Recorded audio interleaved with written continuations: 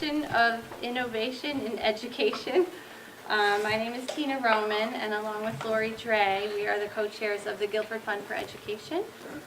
This year, the GFFE has been in existence for 12 years now. We've awarded over 80 grants totaling almost $300,000, and we've touched the lives of children in all 7 schools in Guilford, as well as many nonprofit agencies in town. So tonight we're here to celebrate some of our greatest successes, and those are some of the grants that we've given out over the past 12 years. Our first presenter is going to be Joe Bernier. He's an art teacher at the time that he got his grant in 2010 and 11, was an art teacher at Cox School, and he's going to talk to us about his project called Rakefish.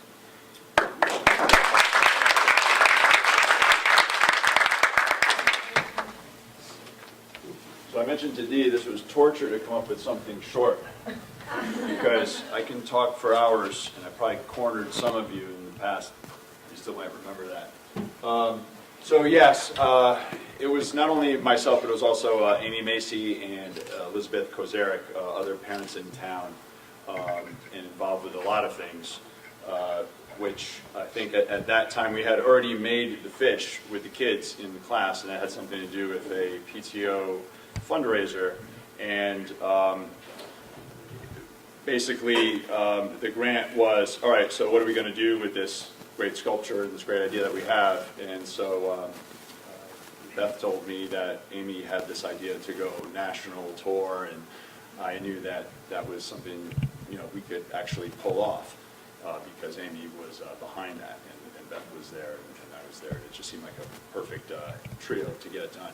So it's been really a life-changing journey for me so far. I mean, this is still something that has gone on all these years, even after the first year.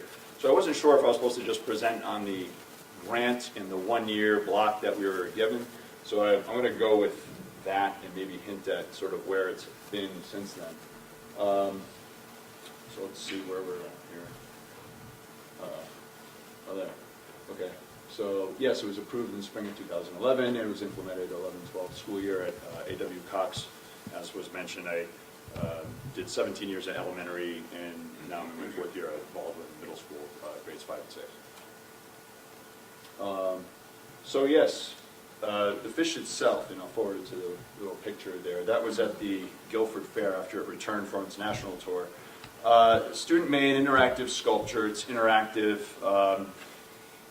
meaning that it carries with it a sort of a research component. Wherever it had visited host schools, those schools were encouraged to participate in a give and take with certain components that we had set up. There was a pledge scroll, it's kind of curled up there. There was plastic bottles stuffed in a mouth that was filled with student comments about the project and about the issue, little small Chinese fortune cookie size notes that were stuffed in there.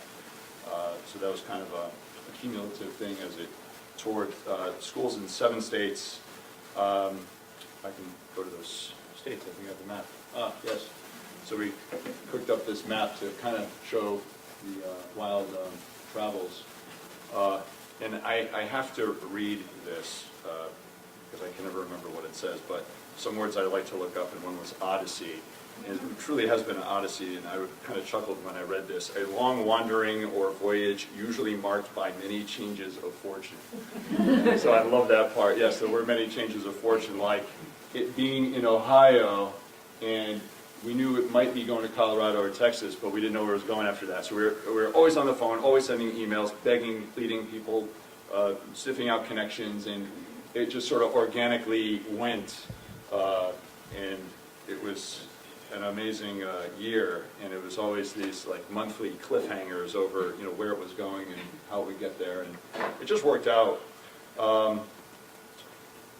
Let's see. So the collaborative research opportunities through the host schools, the research tasks that they were given, basically they would get the fish, they would display it at their school, different teachers would do different things with it. Some of them would take them outdoors to different places, do a little cleanup of a river or something, or have a library talk about it, have the kids do the activities. The given research components were if, there was, try to describe if there's any issues near your school about, having to do with pollution, if there was litter in a particular area that might have been a problem. The other one was, how does water get from your school area to the ocean? So whether you're on the coast or whether you're inland, the watershed brings the water to an ocean at some point, eventually.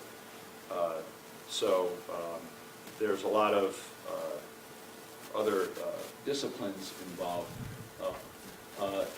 Maybe I can go back to that, but these are some little highlights from different parts of the trip. This was priceless. Front page news on all of that. I'll go back to those. I think I might have gotten ahead of myself here. But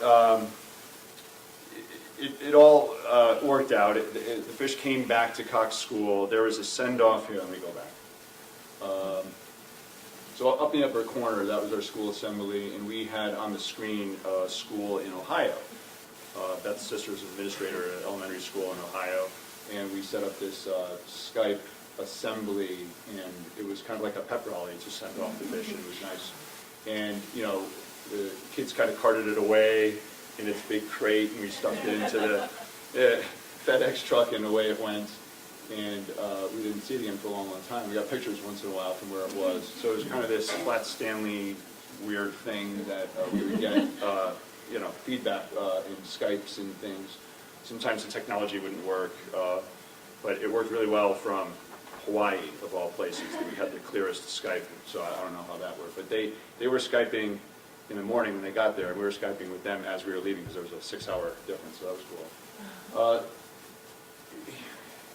It's so hard to keep this short, and I apologize if I run over, but each place that it visited had so much to contribute, and it was something that I remember when it finally came back, and we were already kind of thinking, well, what's next? Where's this going to go? And the kids that were in the younger grades are like, oh, what are we going to make?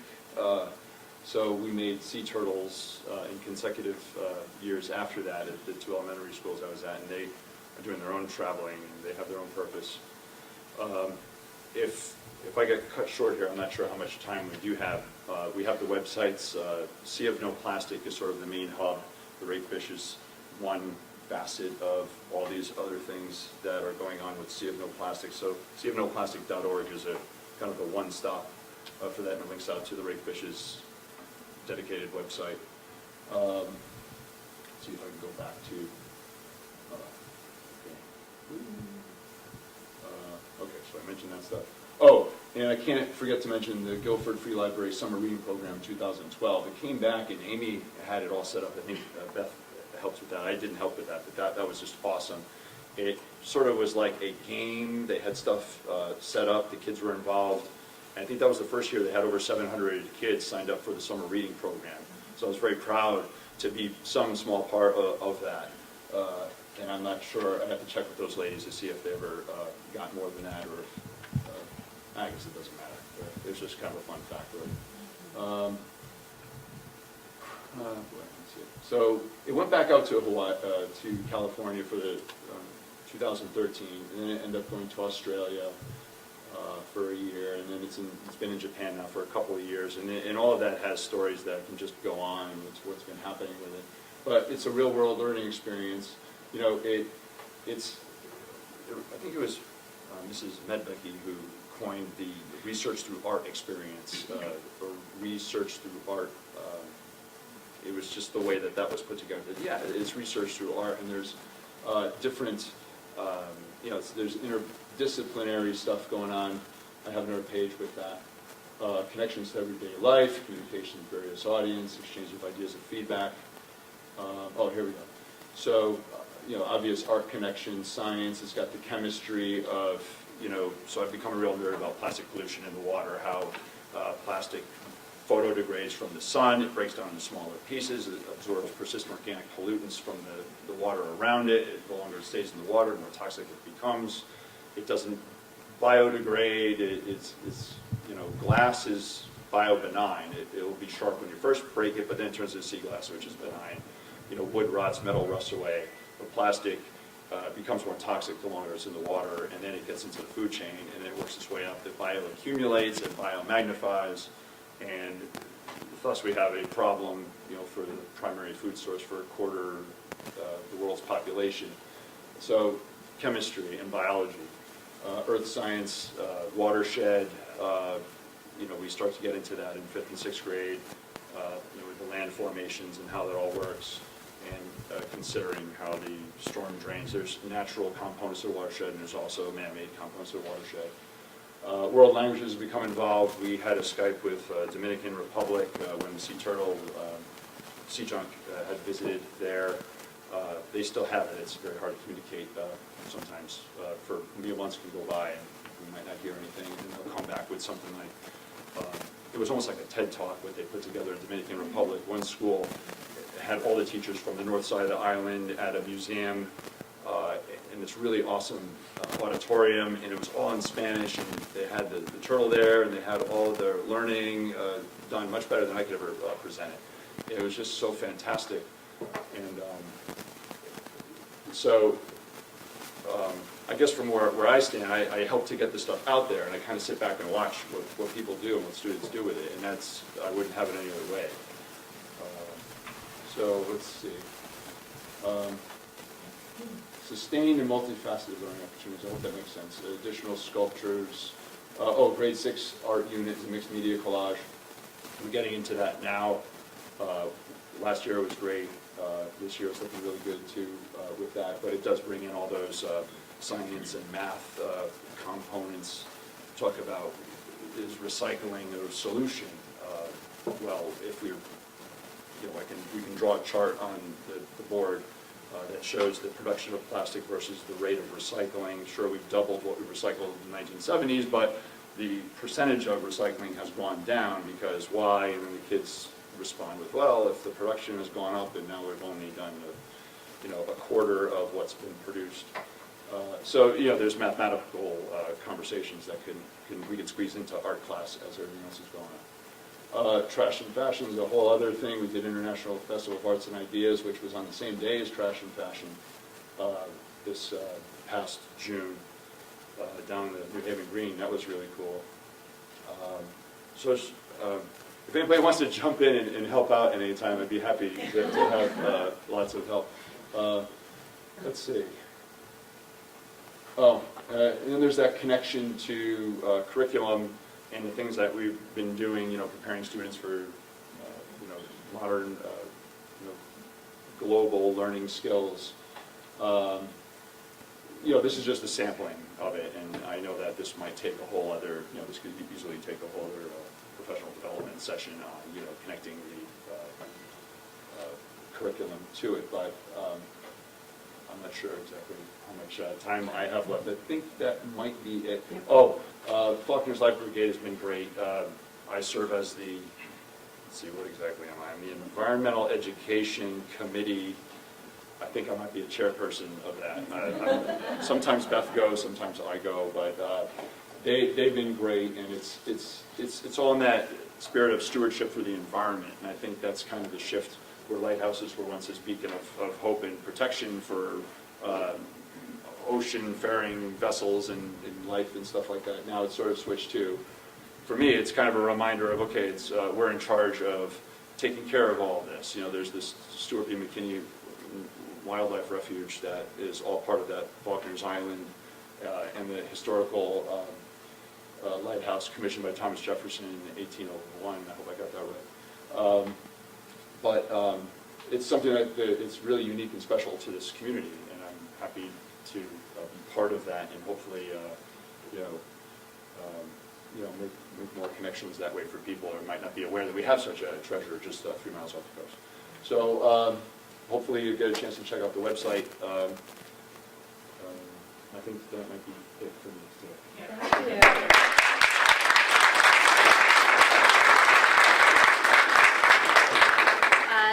we have Nick Ripa. He has received 3 grants over the years, and the one he's going to talk about today is from 2010, called Seaport. And take it away. Thank you. Okay, so this was my first ever GFFE grant. I was just telling Sam Chiappa in the back. I started at Guilford High School in the December months, replacing a teacher who had left. And I was put into an electronics and engineering class, and it really wasn't my forte. And the curriculum, the products that were supporting the curriculum were a bit outdated, and the students were really interested. So I walked into the teacher's lounge to check my mail, and I saw this GFFE poster, and I'm like, oh, wow, this looks pretty awesome. They're willing to give me some money to support my classroom. So I put together this grant, and the rest is history. Ever since then, the Guilford Public Schools has supported this program, so the GFFE started it, and the Guilford Public Schools has continued it for the coming years. Currently, I am not teaching this course. My coworker Jim Carlson is, but to this date, this is still being implemented. So I'm sorry it's a little bit small, but what is Seaport Robots? Basically, it was started by the Office of Naval Research. They saw this trend data that showed that a lot of students were leaving high school and not really interested in engineering or math or anything along the technical side. So they started this program with the hopes of sparking interest in young children and students to get them possibly down that career path. So basically what a Seaport is, it's a remote operated vehicle, about this big, and the students design it, make it, program it, and wire the entire thing to complete a certain task. Every year the Office of Naval Research comes up with a different task to complete, and it's usually linked to some sort of a real world problem. Obviously it's a little bit simulated, some things might be a little bit different, but it is connected to usually a real world problem. Through the project, students learn engineering concepts, they work in groups together to problem solve, and usually it has a particular application. So again, I know that this is small, but some of the impacts on student learning, as you can see up here in the top left, is once they make the controller, which you'll see in the next slide, there's a list of electronic kind of troubleshooting and a flow chart that they create to kind of go through to make sure that everything that they've done works properly. You'll see on the right-hand side also the idea of a basic C-perch and how it possibly should be constructed to give the students an idea of the construction and the placement of the different components. You'll also see that this is done in a CAD drawing, which we also have our students do. We have them do a rough hand sketch to kind of get their ideas down on paper, and then they go ahead and they design on the computer before we give them the actual materials. The reason being is just kind of modeling a real-life resource. There's obviously a limited amount of resources. They don't have unlimited pieces of foam. They don't have unlimited pieces of PVC pipe. So they have to kind of design within those restrictions to complete the task. So if you look at the top left, you'll see a basic electrical circuit design. This is what I first started teaching when I started in Guilford High School. And we were using resistors, and we were using capacitors and batteries, and everything was really kind of simplistic because the students were just taking measurements using a regular electrical meter. What the C-Perch was able to do was able to take all of those theories and all that knowledge and actually put it to a practical application. So if you look on the right here, you'll see the circuit board that controls the robot. The students learn about all of those components. They also solder those all into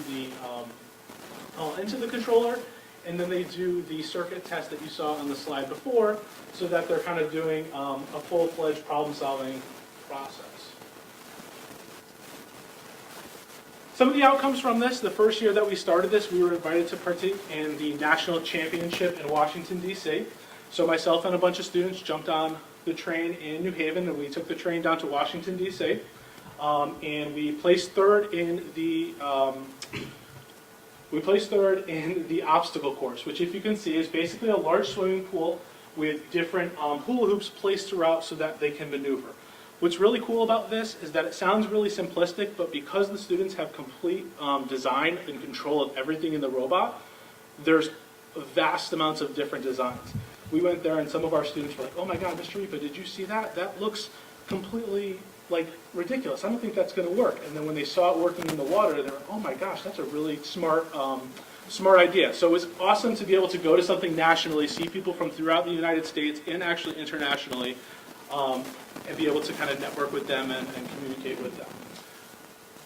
Also along the lines, we still are doing this field trip to this day. It's actually tomorrow. We go to the Groton Submarine School, not the submarine base that's open to the entire public, but the actual school that's across the street. One of our students, when we first started this, his father worked at Electric Boat, and he was able to get us a connection at the actual sub-school. So the students are able to go there, see what the submariners do, understand about the control of a real submarine, and then we can kind of relate it back to the ROV that they create.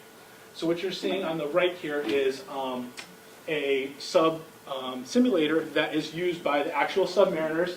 Have a couple of our students driving it, a couple holding on, a couple kind of doing the different controls. But it pitches up to about 30 degrees and down to about 40 degrees and kind of maneuvers all in between. So these are some of the things that we were able to do because of this grant, which is awesome. My final thoughts for this is basically just to keep innovating. Herb and I have constant conversations about new things that are happening in technology and new things that are happening in education. And I always think to myself, I don't know how like a teacher could do the same thing for 40 years, because it's awesome to be able to come every year, try something new, bounce ideas off your coworkers, and kind of figure out what keeps the students interested. So that's kind of where I've been.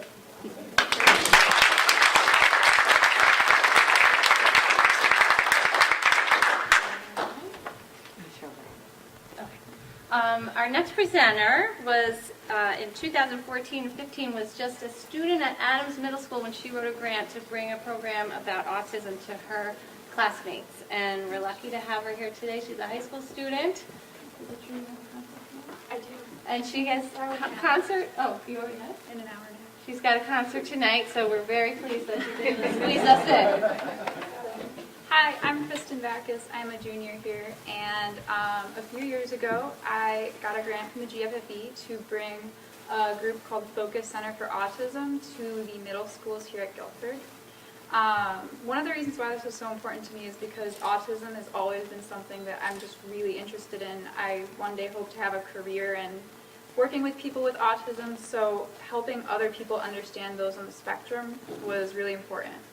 I think one of the biggest things about autism that is harder for people to get is that it is a spectrum. So you've got like very high functioning individuals who might not seem like they have autism, and then you have other people who you just need more understanding and more compassion. So the group Focus Center for Autism is just this group, this panel of people who are 10, 20, and they all just come to schools and they basically tell their story.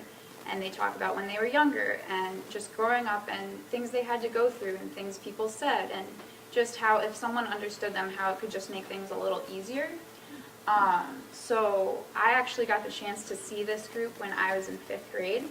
And from 5th grade to 8th grade, I was like, people need to see this. Like, it just makes sense. And so in 8th grade, I finally got the chance to bring them to the middle schools. And so I think not that people don't have compassion, because I think everybody has compassion in their hearts, but I think the biggest goal of this was to create awareness.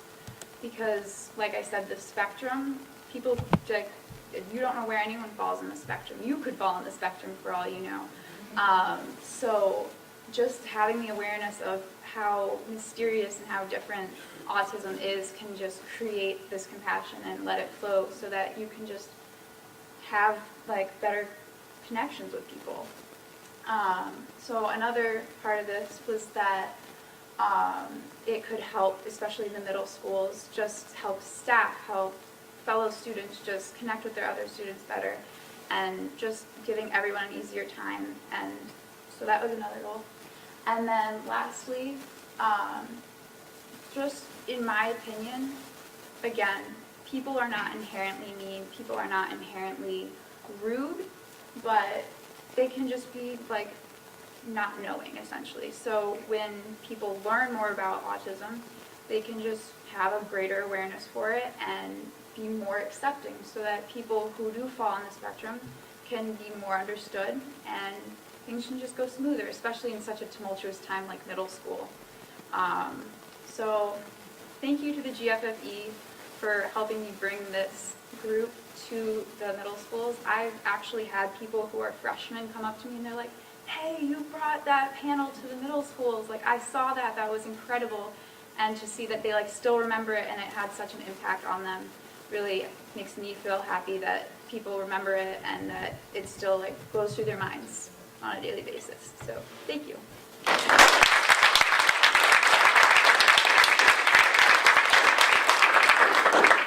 Okay, next speaker will be Samantha Chiappa, who's a science teacher here at the high school, and she wrote a grant just 2 years ago for trout in the classroom. Yes, thank you. Hello, I'm Samantha Chiappa. This is my 5th year of teaching at Guilford. I wrote this grant 2 years ago, but we didn't actually get to implement it until just last year. The grant is called Trout in the Classroom. It is a nationwide program that runs in conjunction with the DEEP, as well as a group called Trout Unlimited, which is a nonprofit organization who is all focused on the well-being of trout habitat and really any migratory fish species. The grant, like I said, approved 2 years ago. We put it into practice last year. It's still something we're going to be doing it this year. We haven't actually started yet, but we will be. And hopefully for the foreseeable future is the goal. So the program, as a basic overview, is the DEEP provides us with a grouping of eggs, about 200 trout eggs in the fall, so we'll get them right before Thanksgiving. And the students raise these eggs, allow them to hatch, monitor the water quality, feed them, care for them, and then in May, we release them in a local habitat. So last year, and probably continuing, we released them in Bittner Park in the West River. If you can see here, I just love these pictures. We were able to use a cool digital microscope to take a look at these guys a little closer up. We hit a little road bump initially where if you look at the top picture, those are 2 trout eggs. The one on the left has a little fungal infection that came from the hatchery itself. So I like to not blame Guilford High School students for the failure of a few of the eggs, but we did have some success. The second picture that's called a trout alvin. They are feeding off of their yolk sac for a few months. They don't require any food or care during that time, which is awesome because it carries us right through the holidays. So I don't have to come in over Christmas break to feed the trout, which is a crime. So that's great. But then by the time we get back, they're large enough to be released into the tank. They're ready to be fed, and the water quality is ready to be monitored. And that's where my students really come in. There's not a lot to be done with the trout leading up to that point because they're kind of just hanging out on their own. They can't be exposed to UV light, so they're kept in the dark. We can peek at them through a little window in the tank, but for the most part, we kind of leave them alone. But after we get back and they're large enough, the students start doing daily water quality testing. They do take data on the temperature, any casualties that we've had. They note the size of the trout, things of that nature. We keep a record of it in Google Classroom so we can see the changes over the course of the year. And then in May, like I said, we release them. Here's just a picture of the setup up in my classroom. The one in the upper left-hand corner shows how it's all insulated. The brook trout live in about 50 to 55 degree water, so we can't have it uninsulated or else it'll just condense constantly and waste a ton of energy keeping it cold. So that's why we keep it kind of closed up. But once they're released, in that second picture, we're able to take off the front panel so we can get a really good look at them. One of the things that I felt was a great impact was really just, I do this as part of the environmental science course, which is relatively new to the high school. This is only the 3rd year that we've been doing this class. And I thought that this program would be a great way to really connect students to wildlife, to their watershed, to the habitat that they live in, because I think it's really easy to remove yourself from that and not remember that other organisms thrive here just like we do. And so part of my goal was to really get the students to really feel that connection to their watershed. And I think particularly when we go out into the field in the spring to release them, I really get to see that, which is amazing. This here is our trout. Yes, I got my swimming video. They're swimming around there. So it's great because even though environmental science is the focus for the program, there's classes in that classroom all day long. Biology's in there. We have geophysical science, the freshman courses, and it gives all the students an opportunity to really see these animals, feel a connection to it, get excited. I remember actually Mr. Barron teaches in that classroom, and I would come in and his freshmen would be like, oh, the trout, you know, they're so excited, and they weren't even really that involved with it, but just seeing it and having it in the classroom was enough to spark their interest and get them excited. And I think for me that was one of the most exciting parts about this program. So you can see our eggs developing there. The first pictures when we first got them, and then the bottom picture there is once they were pretty much developed, and once they were swimming like that, that's how you know it's time to release them into the tank, when they can free swim in the water column. So that kind of was like all right, time to let them go. So here's the fieldwork component. Like I said, my favorite part of this program. So we went out to Bittner Park for on two different trips. The first one, they actually did a quality analysis of the stream. So we tested stream flow, water quality. We collected, what you can see them doing there is collecting macroinvertebrates. So we overturned rocks and knocked up the bottom and collected all of these little organisms, looked at a chart to compare which organisms grow in which quality of water, and actually this year we're hopefully going to bring some of those back and throw them in the tank. I didn't know we could do that the first year, and then the trout guys were like, what do you mean you didn't bring them back? So hopefully this year we'll bring some back and put them in the tank to, I don't know, keep the trout company. But the students love it too because it is one of the only opportunities to really do scientific field work. You know, we do take some of the environmental science classes out to just our little patch of woods between here and CO North, but it's great to really get students outside to do some of those skills, especially if they hope to pursue natural resources studies in the future. So that was one of my, favorite parts of this. You know, they're working as a team. They're communicating with each other. I am pretty limitedly involved at this point. They're doing their thing, and it's a great thing to see. Just a few more pictures of the students out there mucking around in their boots. I do think that it's really increased their understanding of watersheds, pollution. This year I'm really hoping to do a little bit more with making some changes to the water, taking samples of the water from the tank, contaminating it, obviously not exposing the fish to that, but just so that the students can get an understanding of how contaminants change water quality and how that would affect our fish and our trout. I was actually just looking into maybe trying to coordinate a field trip to the actual hatchery where we get our eggs so they can see it on a really, really large scale, and just implementing more lessons and activities that kind of relate to this. My first year was a little bit of a trial and error, getting the feel for things, and now that we've really got it down, I'm excited to continue to add more, student learning, more lesson plans, etc. So my final thoughts. I absolutely love this program. I've been really enjoying it. It's been challenging, but it's been exciting for the students, and it's been exciting for me. I know that my students love it, just based on their reactions every day, and I hope that I can continue keeping this program around, every year from now until, I don't know, forever. Thank you. All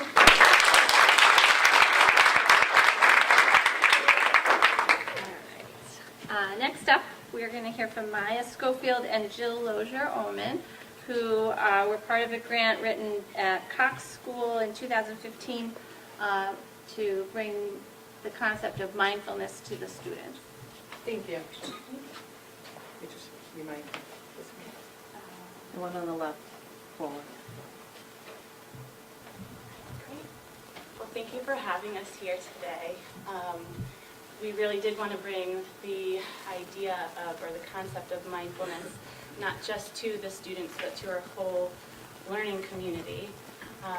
Jill Lozier-Oman, Aneen Crystal, who's at Baldwin now, and Joyce Ann Pipenbring, who's our reading specialist at Cox.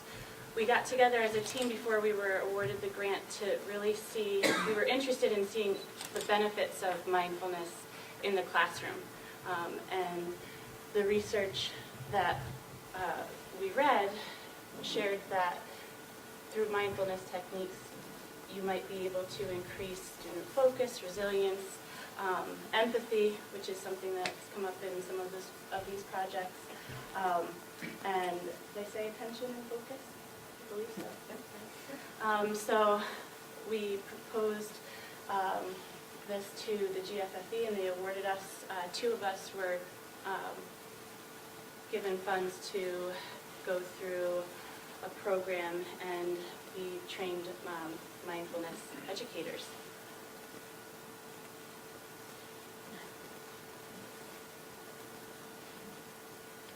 So we did. Oh, and then we shared with our team just the coursework that we were doing and techniques with our team, mainly breathing practices, but also different attention focusing techniques.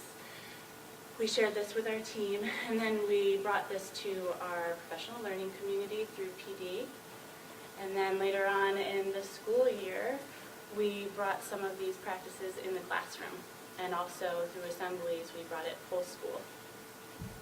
This is one of the impacts that we've had in the classroom and with students. This is a class of 4th graders and 1st graders sharing their experiences with practicing mindful techniques. This was a class of breathing. And I remember one of the students shared after just practicing taking in a breath and releasing, sharing his experience, saying that he felt gentle.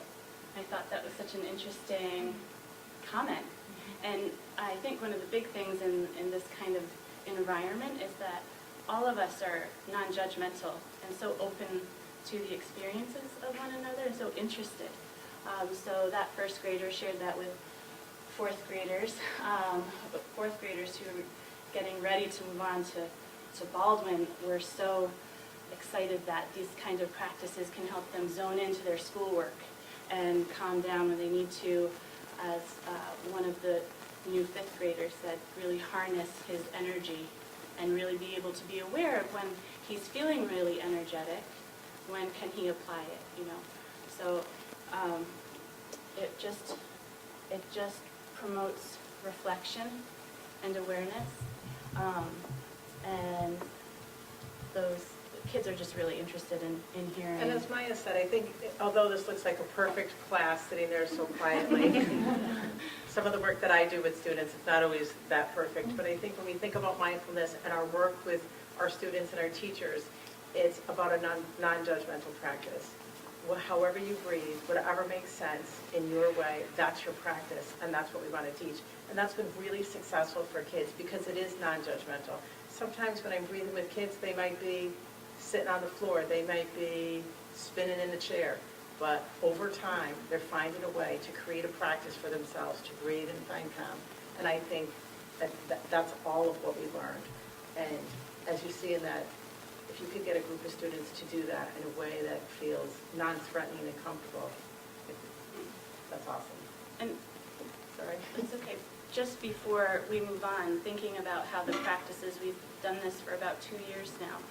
And it doesn't take a whole day of mindful techniques, but it could just be something, a really quick practice in the morning that you can infuse throughout your day. And my 4th graders call that 3:15 time that you might come visit us sometime, Dr. Freeman, the witching hour. And we were feeling a little energetic at the end of the day today.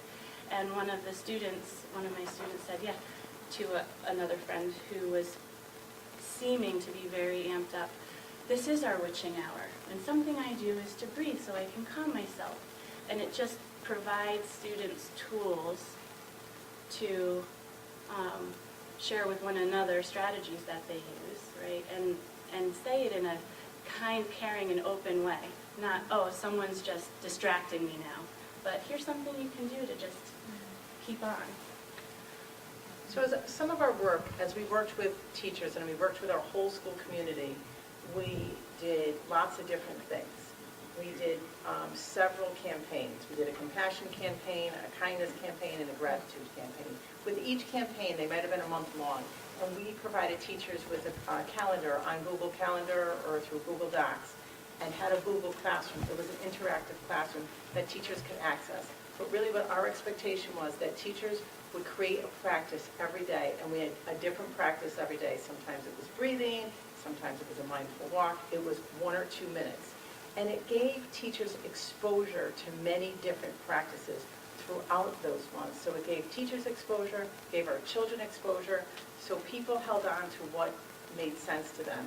And up here you'll see is a whole school community as it was part of the Compassion Challenge in the second slide over there. And on the left are just our happy kids because they found calm. A lot of these activities that we structured for the teachers,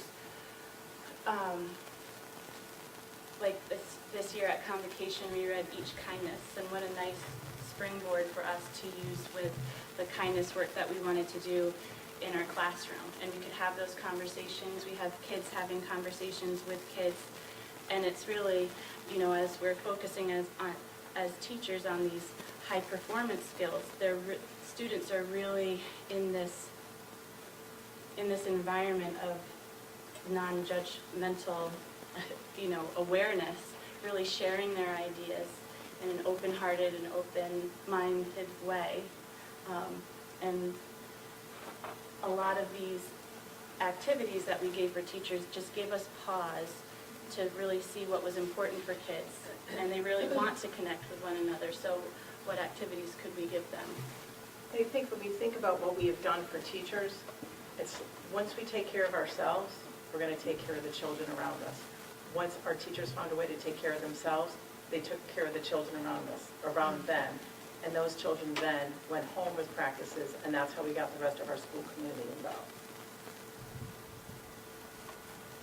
So we also were given the opportunity to meet with the PTO and share our experiences with the PTO and see how we could provide just a larger reach for this program. Dr. Freeman was there.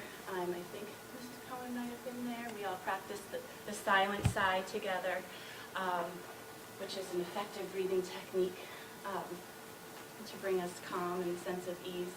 But the PTO said that we could offer programs for parents and children, which we did, and right after school, we invited parents and children into the classroom to give them some mindfulness techniques to practice during the week, and then come back and discuss them. So we had a wide range of kindergartners through fourth graders, siblings and parents, and it was just a really nice environment to have that discussion and not have, have to hit a certain response or an A+, but just everybody sharing in their experience together. And again, that created this non-judgment zone within our families, within our children. So even the children we may have been working with, they're in this environment. It's a very different environment. And however they chose to take on this practice and learn the practice was very unique to them. And to allow them to do that was really interesting. And to model for families that that's how your son is going to breathe, and that's how your daughter is going to create the practice, and that's okay. And that they don't have to be sitting down in a chair with their feet on the floor. And, over time, they're going to create a practice that helps them to find calm. And Dr. Freeman's quoted up there because he was in a position where he was feeling a little pressure, and he helped out his wife. So thank you. So it has this grant has really afforded us the opportunities to reach so many, not just the children in our classroom, but techniques that they're sharing with their families and in the community at large. So for our final thoughts, I don't know, that wasn't very mindful, but that's okay. Did I do that? Oh, geez. I'm just going to keep going. We continue, even though the two-year time span for our grant has ended, we continue to offer mindful practices in the morning before school starts for teachers.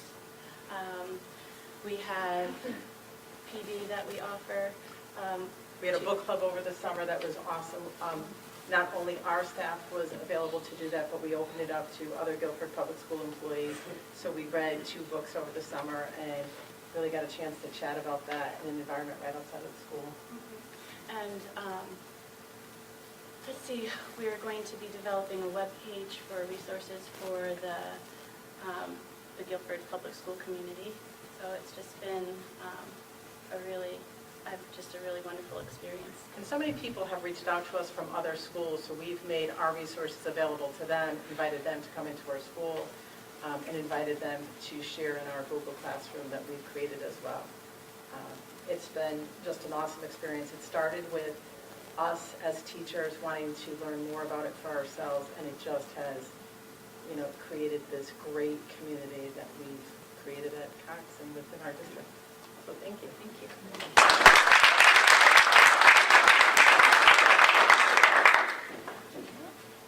All right, next speaker is Cheryl Shalowski. She's a school psychologist at Guilford Lakes, and she just was awarded a grant last spring for a toy closet, which is at both Guilford Lakes School and the Guilford Free Public Library.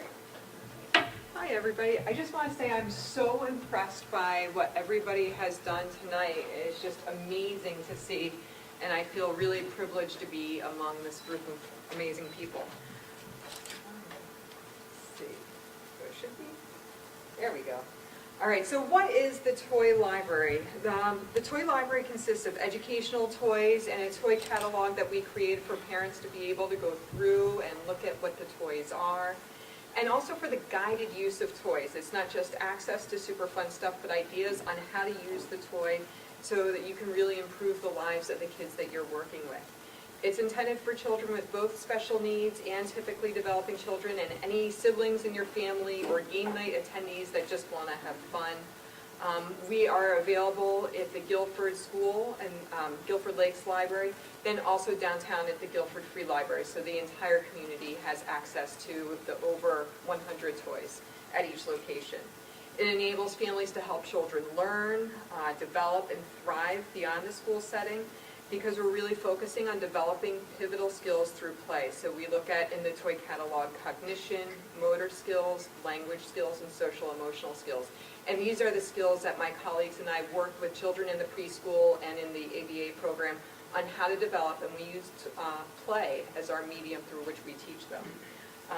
Through these play-based experiences, we want to provide children with the unique means that, regardless of what their socioeconomic status is, that they have access to those toys. So that's a little bit of what we do. You see there in the picture we had a night where we did a facilitated play night. Families were able to sign up, bring their children, observe as we had members of our team, our occupational therapists, one of our special education teachers, our speech pathologist, one of our amazing paraeducators, all came down to the library at 7 o'clock on a Thursday evening to show how we elicit these different skills and help children evolve to the next step of language development, motor skills. And those are some really fun toys that we get to play with.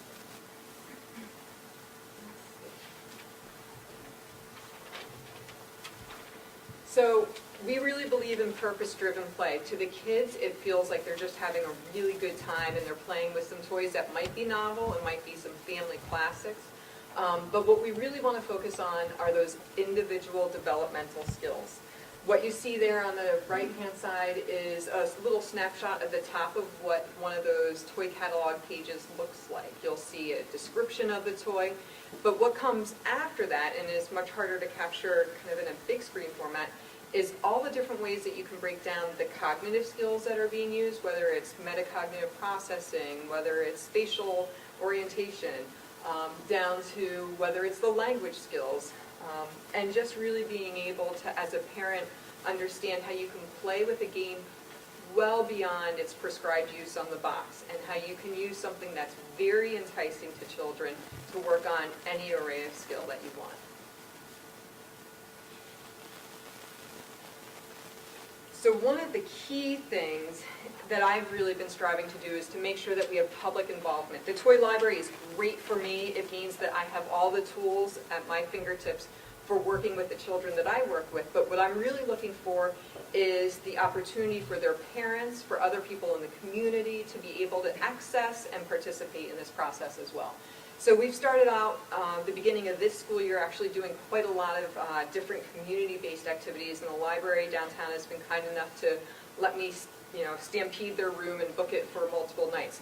The first thing we did, I did a developmental talk on just the stages of play and development, what to look for, how to support early stages of development, and had a phenomenal turnout, not just from parents in our community, but also other early childhood workers at area preschools and our own school community, which was phenomenal.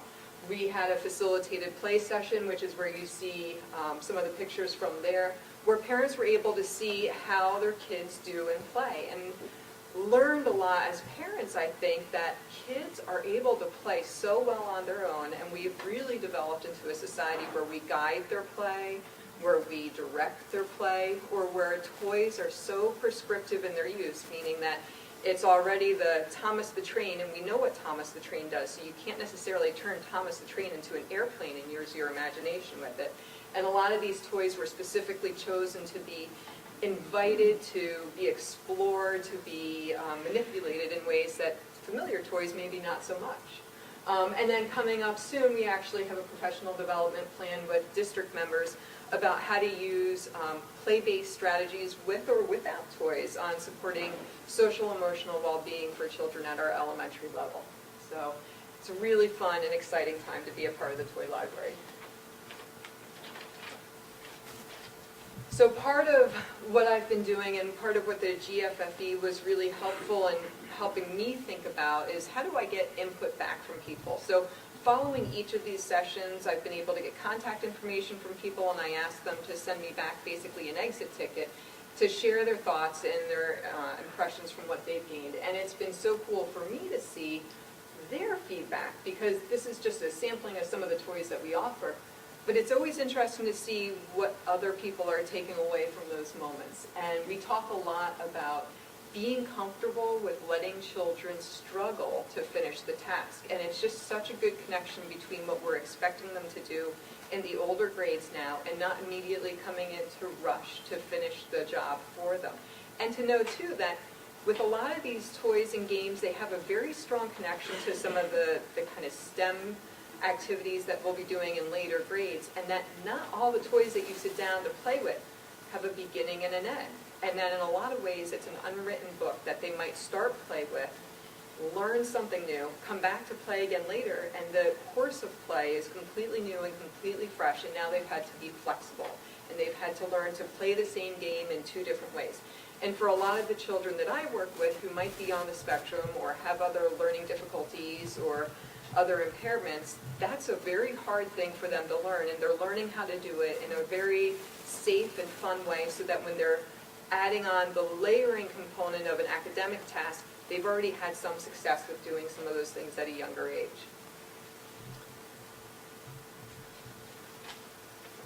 So some of my final thoughts. I have just been so psyched to see the community response to it. I do parent pickup at my school, and to have parents come and say, oh my goodness, I was about to get, another $100 on Amazon, and the last time I got the toys, the kids played with it for 5 minutes and put them back, and now I was able to go to the library, and we checked them out, and they loved this one.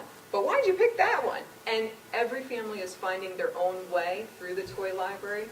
The librarians have been amazing in being able to get the word out there. There's been a lot of interest from the Guilford Free Library, and students are finding this as a means to really connect with other kids who might not have a social means or a connection to the library. They might not be reading yet, or they might not be the kinds of kids who are interested in books at this point. Now they can go to the library with their siblings, get excited about doing something, come home, play a game with their families that they've played with their speech and language therapist during a rainy day recess, and have success in doing something that makes them feel accomplished and proud, and for parents to learn strategies to really help continue supporting those skills at home.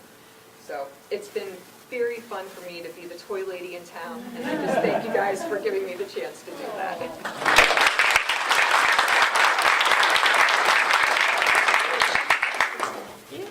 All right, our final presenter is Rob McMillan. He's a math teacher at Baldwin, and he's going to talk about his robotics project, which incidentally won him the Superintendent's Challenge last spring. So,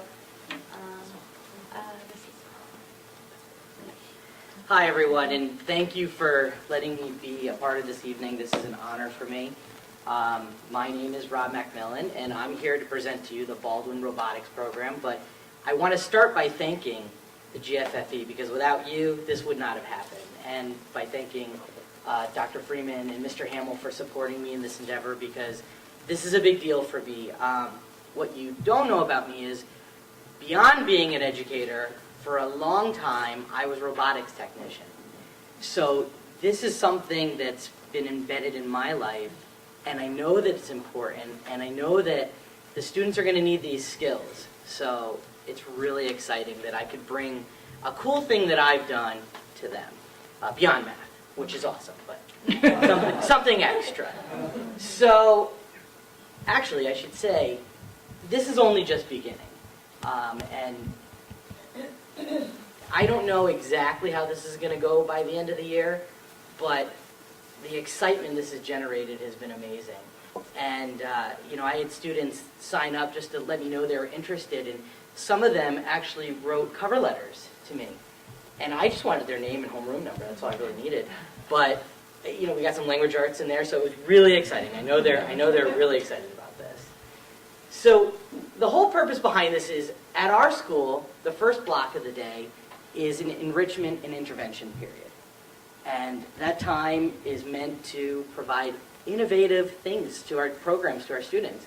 And in thinking about that and enhancing upon it and building upon it, we knew we wanted to do something where the students would be academically challenged with rigorous tasks.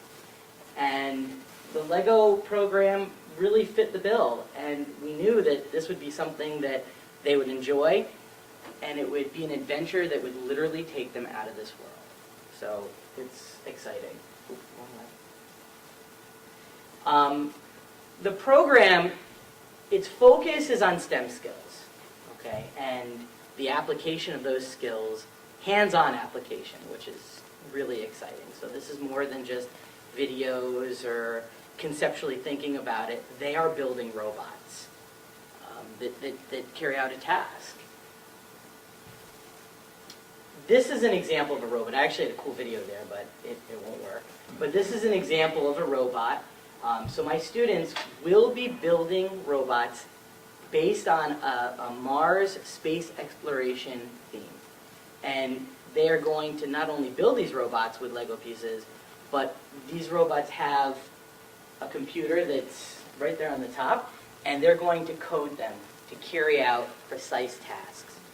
And the coding part is what's really exciting, because they have to figure out how to get the motors and the sensors to do precise movements to carry out these tasks. And some of these tasks, which I wrote down, are activating communication on Mars. This is important. You're going to be a long way from home. We need to touch base with you. Assembling the crew. And then, once the crew and everybody gets there, setting off the robot. So the robot, which they call the MSL Robot, it's going to have drills on it and scoops to pick up rock samples. So this is really exciting. They're going to then have to return these rock samples home. So they have to figure out how to get it back to the ship and then get the ship to come home. So I know this is going to be something that they're going to enjoy, but it's going to be hard work, precise work. These are my expected impact and outcomes. I want students to be solving difficult problems, and I know they are. They're going to be evaluating the information that they're learning from the task, from the challenge, and making sense of that information. They're going to be using the STEM skills to solve these problems. And my hope is that we're going to strengthen their critical thinking skills, and these are skills that they're going to need for the 21st century. Like I said, this is just rolling out. This is new to us. These are some of my students just getting started on this this week. And they're excited, but what you will notice is the concentration. They want to do this. They want to figure this out. And I know they will. Some of my final thoughts, as I thought about bringing this program to Baldwin School and to Guilford, I realized that these skills they're learning, they are for 21st century careers. But more than that, they're for careers that may not even exist yet. And for problems that haven't even happened. So that's what I want them to get out of this, that they can use these skills to problem solve, and they can accomplish anything. So that's what we hope to happen, and I think it will. And that's it.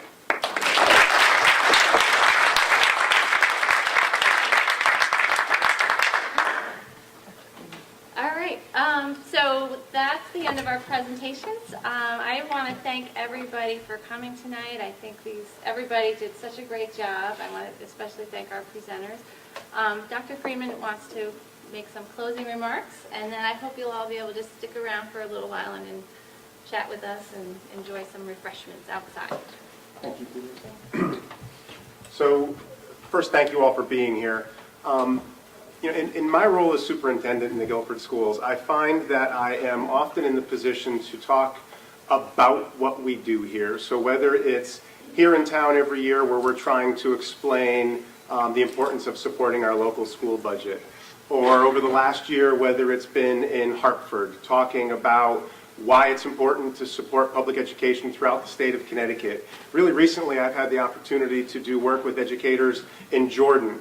In all of those settings, when I'm talking about the work that we do, one of the questions that I get asked, and I get asked over and over and over again, is what makes Guilford special? Why? When we're talking about the local budget, okay, yes, but why? What is the special ingredient? When I'm talking about in Hartford and using Guilford as an example, the question is, okay, but what's so special about what's happening there? When I'm now having the opportunity to talk to educators from outside the states in really difficult circumstances, saying there's something really important that you can do for kids because I've seen it happen where I work, and they say, okay, what is it? What is that special ingredient that makes Guilford special? This is the special ingredient that makes Guilford special. It is the relationship that our students and educators have with this broader community. The fact that we've got a community that recognizes that we need to take risks, that we need to ask teachers to try something they've never tried before, that we need to incentivize students to say, this was really important for me and I want to do more of that in this school system. That doesn't happen everywhere, and it happens here in Guilford over and over and over again in lots of different ways, and the GFFE is quite simply one of the strongest examples of that kind of relationship and the kind of support that our staff members get for working in Guilford, in this really special place. So I want to first say thank you to all of the recipients. Thank you for having creative ideas. Thank you for putting in the work of writing the grants. Thank you for pushing our thinking. Thank you for taking a risk and doing something that isn't already down on that job description. You make all of us better every time you do that. And thank you to the GFFE for making that possible. We wouldn't be able to do the experimentation we do if it wasn't for your encouragement and for your support when we do that. And finally, thank you for letting me have a little special part in that. We did, for the very first time this year, we supported the Superintendent's Challenge, where I got to put out an extra challenge and I got to be part of selecting one of the grants that got funded, and congratulations. Thank you. What I'd like to do tonight is put out the second Superintendent's Challenge. That was a great success. I am thrilled to be able to say that the GFFE is going to support this challenge once again. We are open for applications. The window for applications will go from October 1st through April 1st. I want to encourage everybody in the community, not just Guilford teachers. I would love to see another student application come through. The winning grant will not only be funded, or the winning application will not only be funded by the GFFE, but we'll draw an additional $1,000 grant to support educational innovation on a project in the winner's school. So I assume if it's a student, it'll go to the student's school as well. But not only will you get an exciting grant funded, but you'll draw an additional dollar support for your school to do something extra in your school. So again, GFFE, thank you for doing this. All of you, thank you for what you do. And I thank you in advance for all of this year's applications. Thank you very much.